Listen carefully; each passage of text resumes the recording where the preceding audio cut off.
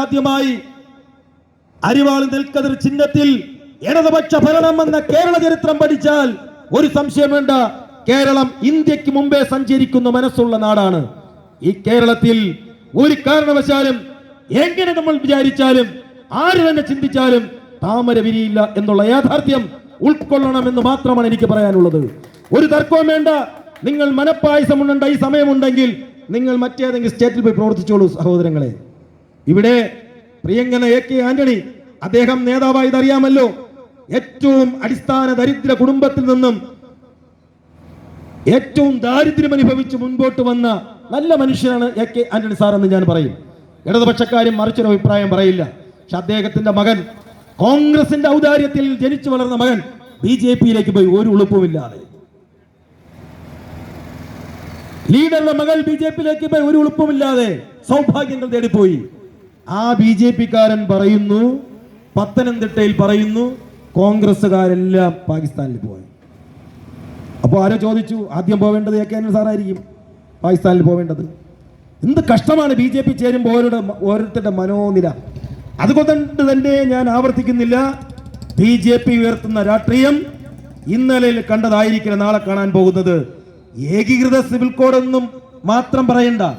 ഏകീകൃത civil code ഒരു ജനവിഭാഗത്തിന്റെ വികാരങ്ങളെ വ്രണപ്പെടുത്തുന്നതെന്ന് മാത്രം ചിന്തിക്കുമ്പോൾ അതിനുമപ്പുറം നമുക്ക് നിസ്കരിക്കാൻ, നമുക്ക് പൂജ ചെയ്യാൻ, നമുക്ക് പ്രാർത്ഥിക്കാൻ കഴിയാത്ത ഭൂമിയായി മാറും. അതായത് സംഘപരിവാറിന് ചേർന്ന് നിൽക്കാത്തവരെല്ലാം രാജ്യദ്രോഹികളാണെന്ന് ചിന്തിക്കുമ്പോൾ BJP ഉയർത്തുന്ന ഹിന്ദുത്വത്തിൽ ഞാനില്ല എന്നുള്ള കാര്യം ഞാൻ ഓർക്കണം. ഞാൻ ഹിന്ദുവാണെന്ന് പറഞ്ഞപ്പോൾ ഞാൻ ഓർക്കണം. BJP ഉയർത്തുന്ന മാനവികതയിൽ, BJP ഉയർത്തുന്ന ഭാരത സംസ്കാരത്തിൽ, BJP ഉയർത്തുന്ന ദേശീയ നയത്തിൽ ഞാൻ എന്താ ഹിന്ദുവില്ല എന്ന് ഇവിടുത്തെ ഓരോ ഗോപാലനും ഉണ്ണികൃഷ്ണനും കേശവനും പത്മിനിയും ശാരദയും ശാന്തയും ചിന്തിക്കണം. അത് ചിന്തിക്കുന്നവരായതുകൊണ്ടാണ് മേഘാലയയും ആസാമും ഗോവയും BJP-ക്ക് വാതിൽ തുറന്ന് കൊടുത്തെങ്കിലും കേരളം ഇതുവരെ കാവ്യവൽക്കരിക്കാത്തത്. അതുകൊണ്ട് ഞാൻ എൻ്റെ വർത്തമാനം അവസാനിപ്പിക്കുകയാണ്. ഒരു കാര്യം ഓർമ്മിക്കുക, കേരളം ചുവക്കുകയേ ഉള്ളൂ, കേരളം കാവ്യവൽക്കരിക്കപ്പെടുകയില്ല. നിങ്ങൾക്ക് TV-യുടെ ലോഗോ കാവ്യവൽക്കരിച്ചും എല്ലാ സ്ഥലത്തും കാവ്യക്കൊടി കെട്ടിയും ആഘോഷമാക്കാമെന്നുള്ളതിനപ്പുറത്തേക്ക് നിങ്ങളുടെ പ്രതീക്ഷകൾ അസ്ഥാനത്താണ് എൻ്റെ പ്രിയപ്പെട്ട കൊച്ചു സഹോദരങ്ങളെ.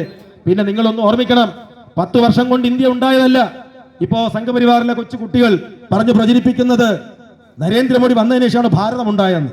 ആ ചിന്താഗതിയൊക്കെ മാറ്റിവെച്ച് രാജ്യമേൽപ്പിച്ച ഉത്തരവാദിത്വവും ദൗത്യവും വളരെ വലുതാണെന്ന ചിന്തയോടുകൂടി ഈ രാജ്യത്തിന്റെ പുരോഗമന പ്രസ്ഥാനങ്ങൾ ഉയർത്തുന്ന മാനവികത ലക്ഷ്യം വെച്ച് മതേതരത്വ മൂല്യങ്ങൾക്ക് തിലകച്ചാർത്തണിയിക്കാൻ പാവപ്പെട്ടവരിൽ പാവപ്പെട്ടവനായി, എന്നാൽ ഏത് സാഹചര്യത്തിലും അഭിപ്രായം രേഖപ്പെടുത്തുന്ന ഇടതുപക്ഷത്തിന്റെ സഹയാത്രികൻ പ്രിയപ്പെട്ട സഖാവ് പന്ന്യൻ രവീന്ദ്രനെ പ്രതീക്ഷകളോടുകൂടി മത്സരിക്കുന്ന, അദ്ദേഹത്തിന്റെ പ്രതീക്ഷയല്ല പാർട്ടിയുടെ, അദ്ദേഹത്തിന് ഇതിലൊന്നും ഒരു ആഗ്രഹവുമില്ല, അദ്ദേഹം സാധാരണ മത്സരിക്കുന്നു, അദ്ദേഹത്തിനെ സംബന്ധിച്ചതിൽ ഒരു വിഷയമല്ല. പക്ഷേ ഞങ്ങൾക്ക് പ്രതീക്ഷയുണ്ട്, പന്ന്യൻ സഖാവിന്റെ സാന്നിധ്യം പാർലമെന്റിൽ ഉണ്ടാകണം. ഉണ്ടാക്കിയെടുക്കാൻ ഈ പ്രദേശത്തെ എന്റെ പ്രിയപ്പെട്ട മതേതരത്വ മൂല്യം ചിന്തിക്കുന്ന എല്ലാ സഹോദരങ്ങളും ഉണർന്നു പ്രവർത്തിക്കണം.